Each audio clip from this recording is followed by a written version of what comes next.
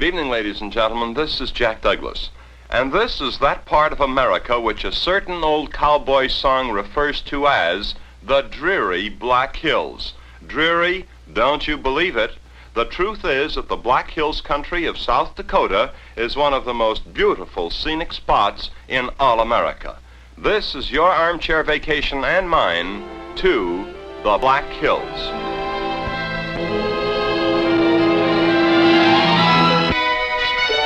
Black Hills National Forest is enormous. Thousands of square miles of wooded mountains in northeastern Wyoming and southwestern South Dakota. This armchair vacation will take us to the South Dakota Black Hills. Now, the Sioux Indians called these hills Pahasapa, or Black Hills, hills that appear black because of the masses of ponderosa pines. Now, the gray-black trunks combined with the green-black foliage make the hills seem blackish at a distance, but not close up. Notice here that the trees in the foreground are greenish, but in the distant horizon, they seem dark blue or black. Rapid City has been called the gateway to the Black Hills. It's a clean, attractive, and growing city and has a population of about 50,000. And from Rapid City, virtually everything worth seeing in the Black Hills is seldom more than a few hours' drive, so that many sightseers are inclined to make it their vacation headquarters and fan out in a different direction each day. Canyon Lake is just a mile and a half from downtown Rapid City, so if you're in the mood to rough it a bit, you'll probably walk the distance. Fishermen, however, will run, not walk, because the lake is heavily stocked with trout. Incidentally, there are excellent motel accommodations on the lake for those who don't wish to stay in the city.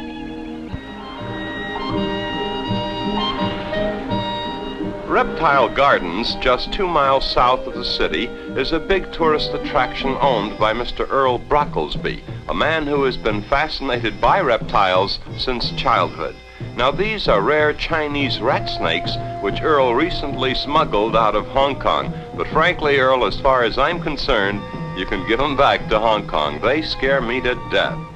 Well, this is more my speed, and perhaps more to your liking as well, the giant Galapagos tortoise. There are 20 of these 600 pounds at the gardens, and they thrive nicely on bananas and other fruits and vegetables. And big though they are, they're quite harmless, and youngsters can ride them without fear of harm. Bob Elshire puts on a real one-man alligator show at Reptile Gardens using gators from the Florida Everglades.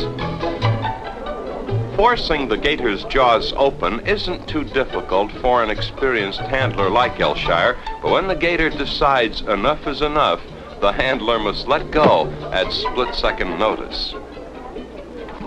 The gators are just small enough to wrestle and young enough to be full of fight. They'll snap and bite, and Bob has been bitten 3 times. Now here he's trying to flatten the gator on its back, and once this has been accomplished, the gator is harmless, it says here, unless it decides to come to. But this one is literally out for a few seconds and comes to only when Bob gives it a tap on the jaw.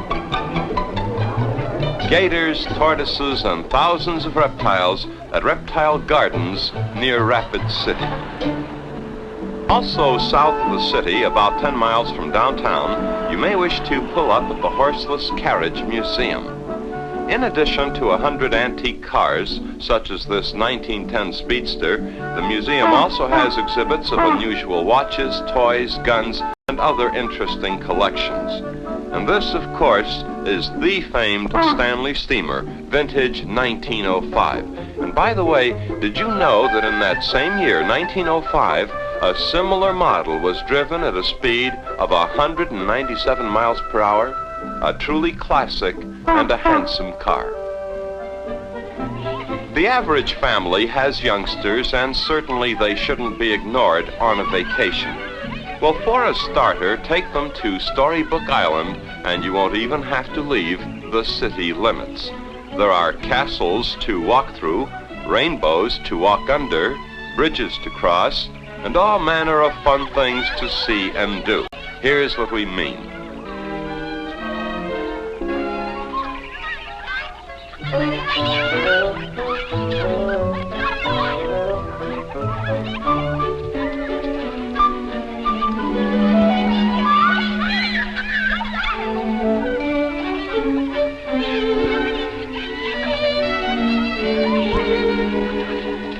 Another fun spot for all ages is Dinosaur Park, perched on hilltops overlooking Rapid City. Well, you can really turn the youngsters loose here. They can't harm the figures, although it's more than likely they'll have some tall tales to tell when they return home.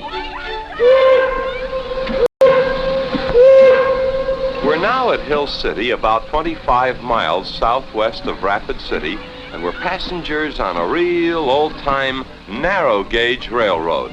In fact, the steam engine is so old that it saw years of service in Alaska, and everybody hereabouts calls it Klondike Casey.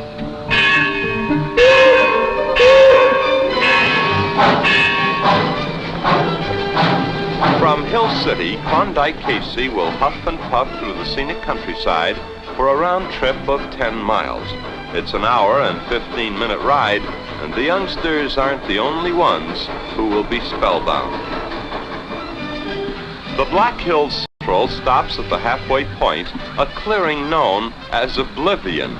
Well, you can picnic here and then take a later train back to Hill City if you wish. Mount Roosevelt, named after President Theodore Roosevelt, should be a must on your tour of the Black Hills. This tower is just one of the reasons, for from the top of this tower, you'll be treated to a long-distance view that's the equal of any in America. For from this vantage point, you'll be looking at parts of Wyoming, Montana, North Dakota, and South Dakota.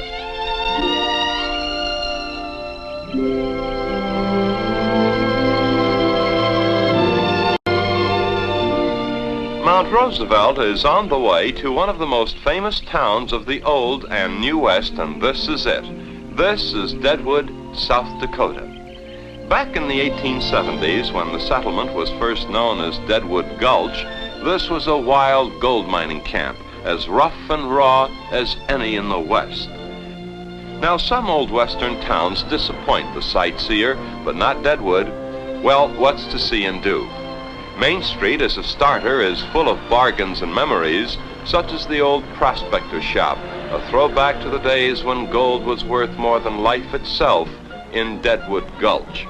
Also on Main Street, you'll be served first you're thirsty and snake bit. And here is the saloon where Deadwood's historic incident took place. In this saloon on August 2nd, 1876, Wild Bill Hickok was shot and instantly killed while holding pairs of aces and eights in a game of poker. And in this grocery store, Wild Bill's assassin, Jack McCall, was apprehended shortly after the shooting. Deadwood's Boot Hill is known as Mount Moriah Cemetery, and here they buried James Butler, Wild Bill Hickok, soldier, guide, stagecoach guard, a marshal of Hays City and Abilene, and a deadly shot with either pistol or rifle. Calamity Jane, who was about as tender as a tigress, was married several times, but not to Wild Bill Hickok, the man she called her lover. Well, be that as it may, she asked to be buried next to Wild Bill's grave, and her wish was granted. Potato Creek Johnny had many claims to local fame, among them the fact that he found the largest gold nugget in the history of the Black Hills.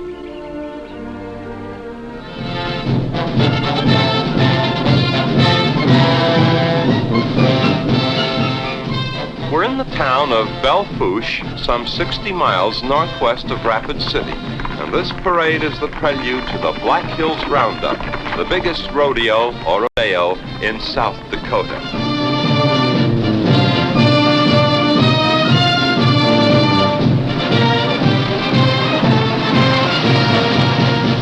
After the parade, the crowd disperses to the rodeo grounds, where the first three events are always the same: the grand entry, the posting of the flags, and the mounted quadrille.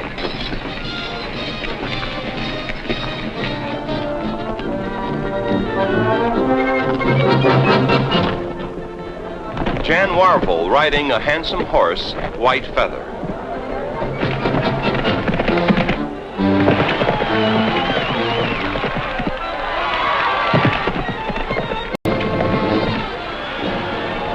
Jan again riding Roman style.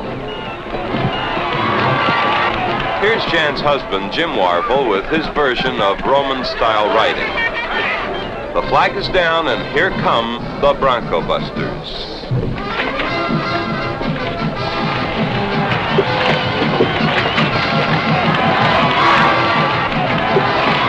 A good ride, and here's another, even though the rider ends up looking at the sky.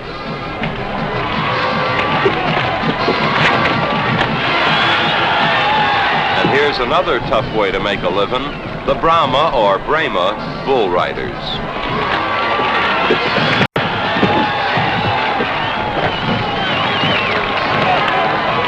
The wild horse race is the big event of the day.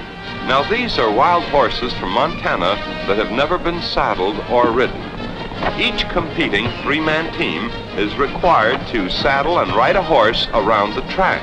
But of the 8 teams, only 2 were able to saddle and ride. And now the camera catches a very serious accident. Watch closely.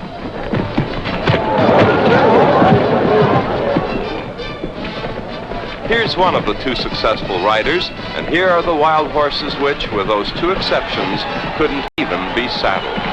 Well, as they say in baseball, wait till next year.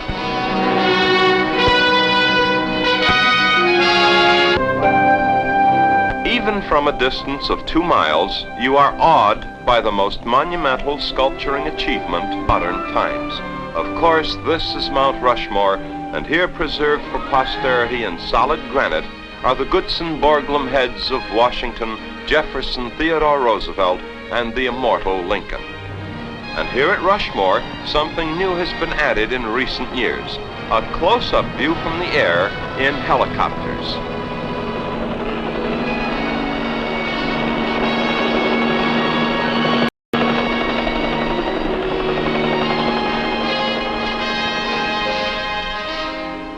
The 4 figures were carved to the scale of men 465 feet tall.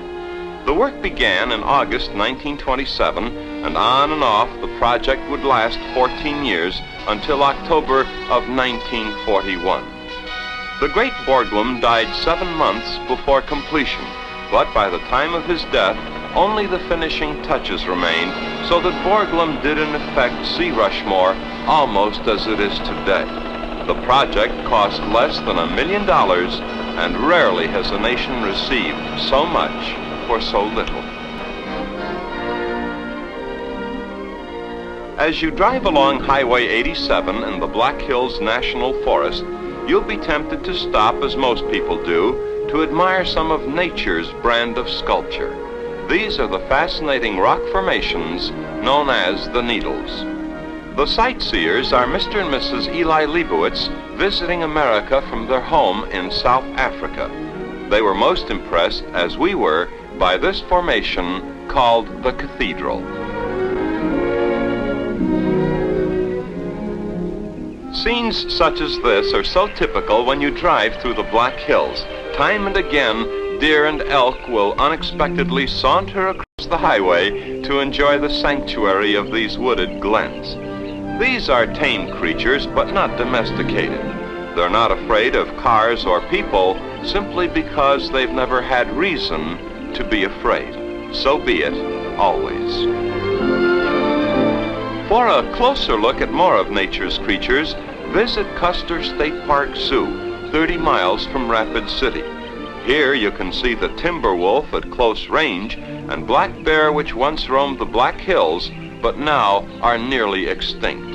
And here's one of those pictures that's worth 1,000 words.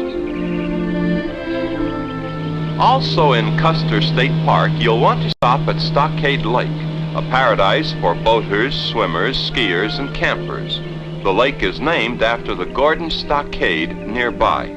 The story of this stockade goes back to 1874, when 26 men, 1 woman, and a boy journeyed overland from Nebraska to search for gold in the Black Hills. Now, because gold prospecting was outlawed in these Sioux territories, this was a secretly organized party of prospectors led by one John Gordon. Well, those 28 builders of the stockade suffered much, found very little gold, and finally were ordered out of the stockade and the Sioux territory by the Army. This is the cabin of that one woman in the Gordon party, Annie Talent. And close by, overlooking the lake, this granite memorial pays tribute to Annie Talent, the first white woman to enter and live in the Black Hills. You're still in Custer State Park, leisurely driving along, minding nature's own business. You see quite a few cars stopping at the side of the road, so you pull up to check the excitement. Well, here's the cause of it: dozens of burros that roam the park. These burros are descended from pack animals used by the gold prospectors in the old days. The SD brand, by the way, stands for South Dakota. These burros are extremely affectionate, always hungry, and if you give them a choice of food, their preference is peanut butter sandwiches. Wind Cave National Park forms the southeastern flank of the Black Hills, and here, relatively unspoiled, is the true prairie grasslands, the buffalo country of yesteryear. And here come the buffalo, or bison to use the correct name of the American buffalo, which is not really a true buffalo.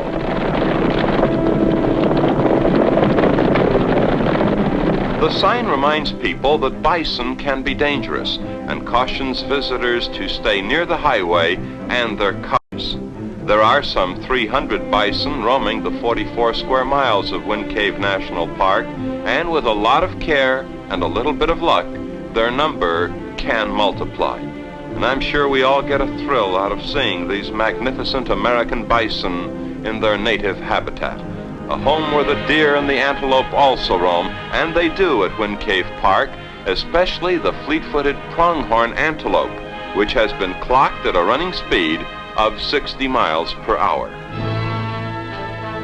If the automobiles were not in this picture, we could turn back the hands of the clock and imagine ourselves visiting the Old West before the migration of the white man. Outwardly, everything is authentic, from the wigwams to the gaily feathered war bonnets.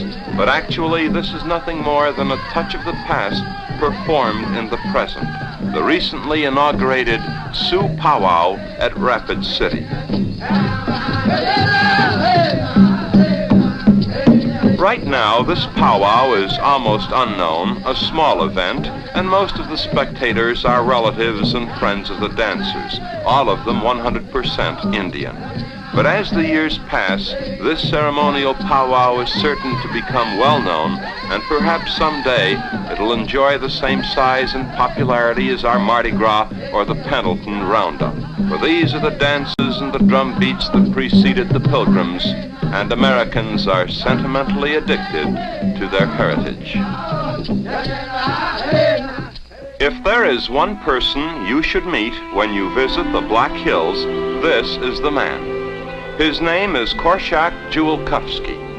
In appearance, he is a cross between Santa Claus and a prospector down on his luck, but appearances can be deceiving. Julkovsky is one of the finest sculptors in the world today. He worked with Borglum on Mount Rushmore, and in 1939 he won first prize at the New York's World Fair for his bust of Paderewski. Shortly after winning the Paderewski Prize in 1939, Julkovsky, then living in Connecticut, received a letter from a Sioux Indian chief, Henry Standing Bear of Pine Ridge, South Dakota. The simply worded but passionate letter asked only one question: would Julkovsky consider carving a memorial to the fearless Sioux chief, Crazy Horse, so that posterity could be reminded that the red man also had great heroes? Julkovsky answered yes, and migrated to the Black Hills, bringing with him his second wife, Ruth, and raising a family that today numbers 9 children, and these are 5 of his youngsters. Well, we do not know what kind of a memorial Chief Standing Bear had in mind, but in this giant outdoor studio, built with his own hands, Julkovsky sculpted a magnificent plaster image of Crazy Horse astride a dashing steed, a scale model 2 stories high, yet only 1/34 the proposed finished size. A mere statue carved from a block of stone would not be enough, for this memorial to one Indian would symbolize all the great Indians of American history. A whole mountain, another Rushmore, that would do the trick nicely. Thunderhead Mountain, rising 600 feet above tree line near Custer, was selected only after years of searching, planning, scrimping, and saving. And then came 15 years of drilling, blasting, working almost entirely alone to move some 2 million tons of rock and earth, more earth and stone than the whole Rushmore project. Several more years of preparatory work will go on before Julkowski can even begin the actual sculpting, which also will require years of effort.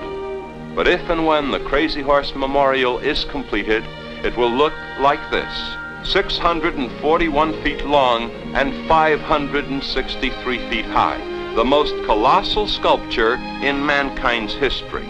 It would dwarf Rushmore and would be bigger than the Pyramid of Giza or the Colossus of Rhodes. Now, to appreciate its size, consider that 4,000 men could stand on the outstretched left arm. 4,000 men. Another statistic: a 10-story office building could be placed within the space between the arm and the horse's mane. Without federal or state funds, which he has refused, supported only by donations from tourists or what he earns from the sale of his works, Korshak Julkowski pounds away at the mountain that represents a dream, and a dream that has become an obsession. We all pray that he can finish this monumental work, but in itself, that is not what really matters. The really important thing is that in an age of skepticism, cynicism, and scientific reality, we have among us people who are not ashamed or afraid to cherish a dream, and to spend, if necessary, the best and perhaps the last years of their lives in the pursuit of that dream. When you journey to the Black Hills, be sure to visit this man, talk to him, try to understand what he is doing, share with him the dream that was passed on to him by Chief Standing Bear, and which he in turn is obligated to share with us. A visit with Korshak Julkowski and his mountain will, I think, be the golden memory that will outlast all others on your trip to the Black Hills.